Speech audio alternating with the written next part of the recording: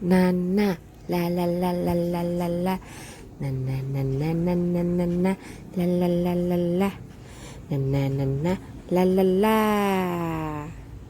Assalamualaikum warahmatullahi wabarakatuh. Kali ini kita akan menggunakan subtotal, digunakan untuk melakukan penghitungan dengan menggunakan kode fungsi tertentu. Ini saya sudah kasih tahu kode fungsinya ada apa aja.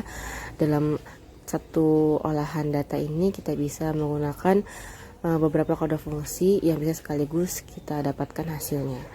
Kita coba aja nih, sama dengan subtotal, kemudian klik apa yang kita inginkan kodenya. Misalkan average itu kodenya 1. Oke, kemudian jangan lupa titik koma dan kita masukkan datanya. Kalau di sini saya bikin data kayak nilai gitu. Oke, jangan lupa agar nanti kesananya nggak berubah, data tersebut kita tetapkan, yaitu dengan cara sebelum angka dalam kolom H itu kita taruh kayak $, gitu.